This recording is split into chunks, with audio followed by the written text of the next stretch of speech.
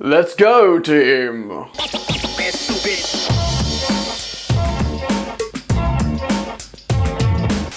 Hello friends, welcome on back to Football Therapy with me, your host Jan. I hope you lot are all doing well, mate. I really do hope that. Welcome back to Chelsea News. Of course, the daily series here on Football Therapy. Back on the wall today, or in front of the wall, to talk about positives. Kind of. A huge plus when it comes to contractual news. Ooh, tick, ding. Update on Romelu Lukaku's injury issues returning back home early from Belgium. We'll talk about that a little bit more. And maybe talk about how he's being utilised at Chelsea. Shout out to Ben Chilwell scoring his first England goal as well. And we can talk about how perhaps that can also change the dynamic of Chelsea's play next weekend. Settle in, get comfortable. Okay, consider subscribing if you're new. Only if you want to, friends. If you want to help me out, please do drop a like on the video. I know it's boring, YouTubers, content creators asking, but it helps. So if you do it, thank you very much. Alright, let's get into it and start with some positive contractual news. Ding, ding. Ding coming from big Fabrizio Romano himself regarding Andreas Christensen. Of course, a central defender that has been nothing short of sensational under current Chelsea boss Thomas Tuchel. Chelsea Football Club have always rated Andreas Christensen highly,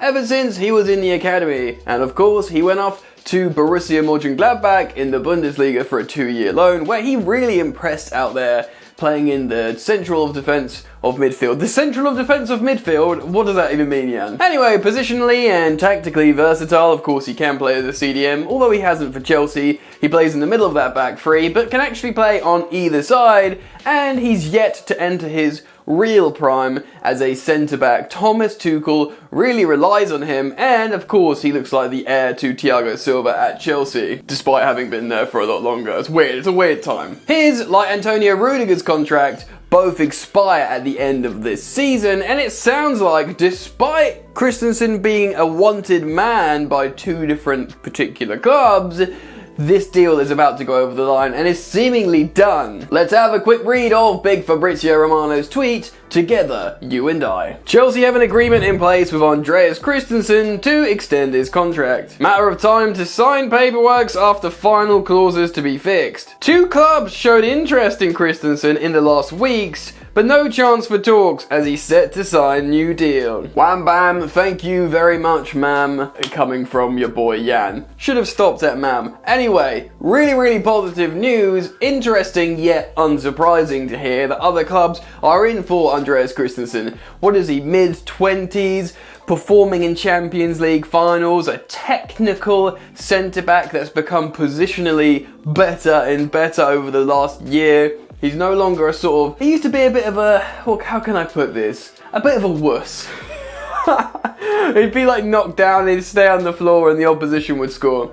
John Terry even commented on it on Instagram once, so I must have been against Villa when he was at Villa. Anyway, really frustrating at times. Of course, his confidence was also hit in that fateful game against Barcelona in the Champions League when he passed across his own goal, playing for Antonio Conte. Probably wasn't handled too well then, but he sorted out all that stuff. He's grown through those experiences. No more catastrophic, silly, basic mistakes, and no more sort of being a wuss on the ball. Just the positive stuff. Strong, intelligent, great with his feet, great passing, great defensive positioning. I imagine playing with the likes of Thiago Silva has helped him out with that. And it sounds like we've got Andreas Christensen locked down, one ticked off the list, and I'm feeling pretty good about it, boys and girls, and you should be too. And I imagine Thomas Tuchel absolutely is very pleased about that as well. Anyway, let's move on to the next part of this story and talk about Romelu Lukaku. Cool, so Romelu Lukaku has returned home to England after Belgium got eliminated from the Nations League semi-final to France after he himself put in a really good performance, scoring a lovely goal and seeing what was maybe a winner ruled out for a couple of inches offside. Probably you could argue his defence in that team let him down. Anyway, he's disappeared back to England and we're all thinking, ooh, injury. In fact, the first reflex thought was he's basically just sacking off a third place playoff because that's the game that's left. No one cares about that and he wants to just come home and chill and prepare for Brentford. and that's probably the case, but it's been put down to muscle fatigue. We're going to jump into an article now from Sky Sports giving detail on this and Martinez's comments. Romelu Lukaku has left the Belgium squad due to, quote, muscle fatigue, says head coach Roberto Martinez. Chelsea striker Lukaku will miss the Nations League third place playoff against Italy in Turin on Sunday. The 28-year-old scored Belgium's second goal and played the full 90 minutes in their 3-2 semi-final defeat to France on Thursday. Chelsea, who lead the Premier League table after the opening 7 games, are next in action at Brentford on October the 16th, live on Sky Sports. By the way, going away to Brentford at the moment looks like a daunting task.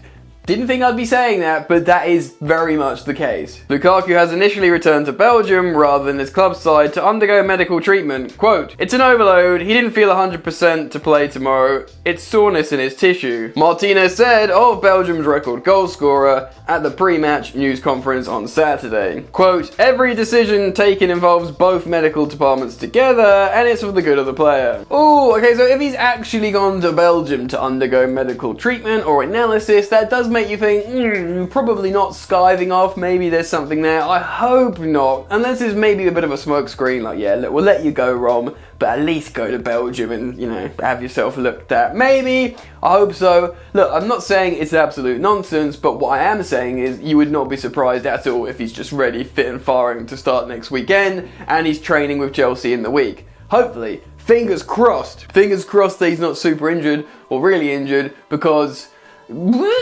saying that, we haven't had the best of Romelu Lukaku in the last couple of games. Of course, there was this sort of kind of relatively non-story of Antonio Conte criticising or critiquing, sounds less aggressive, doesn't it? Chelsea's use of Lukaku. Of course, Thomas Tuchel came back in an interview saying, look, I haven't taken it personally. He was right for that game. We weren't, being optimised to get the most out of Lukaku. I think everyone accepts and concedes that Chelsea need to alter a little bit of how they play to get the most out of Romelu Lukaku. I said recently here on a previous video, if you look at how he just plays in that half space and turns players rather than waiting for the ball to feet in the middle of the pitch, he does a lot better. I mean, he can hold the ball up, he can be a focal point to get the ball up, but if you play him into a channel when he turns, he can do wonderful things with a football and score lots of goals and make lots of assists. And really, personally, this is what I think we should be doing. I think maybe that's what Tuchel tried to do when he played Werner and Lukaku up front together recently,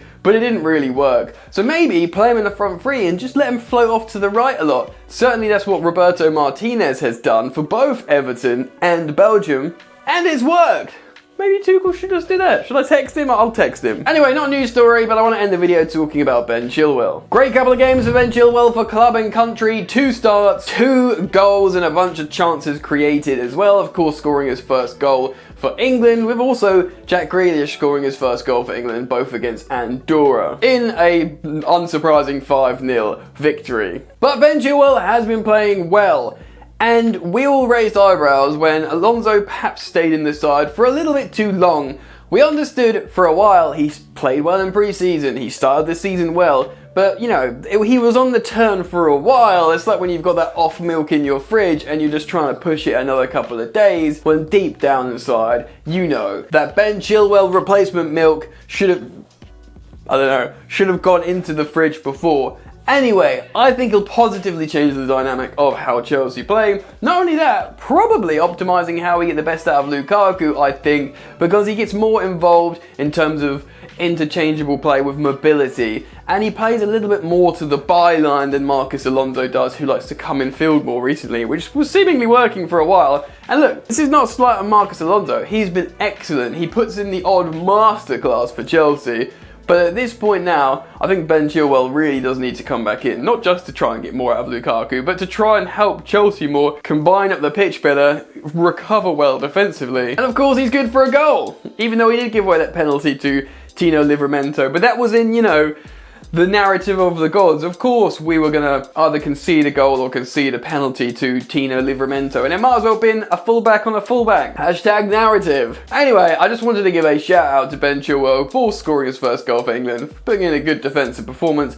getting that start and hopefully maybe muscling his way back into the thoughts of Gareth Southgate for maybe starting left back spot. Just Luke Shaw hasn't actually started the season very well. Sure, he was great in the summer for England, scoring in the final as well, but he hasn't started the season so well. Ben Chilwell has an opportunity now to push his way into Southgate's thoughts, but of course, more importantly for us, international Chelsea fans, push his way into the thoughts of Thomas Tuchel, which, by the way, I think he probably has now. Anyway, let me know what you guys think. Comment down below. Let's start the conversation. Let's talk about Romelu Lukaku, Ben Chilwell, Andreas Christensen, contracts, all of it. Comment down below. Do consider dropping a like if you haven't done so yet. It means a lot, friends. Subscribe if you'd like to. Enjoy the football, and I'll see you later. You ain't so tough with that bad boy tuck. I'ma get it how I'm living, I'ma walk the walk. Outline my lines, I rap through thought. Body bag the verse, outlined in chalk. In my life seen trouble, hustle on the double. Silence on the trigger like my pick got a muzzle. Yo chick like to guzzle, bad boy stay in trouble. I only love this paper, sorry I don't. I laugh me baby.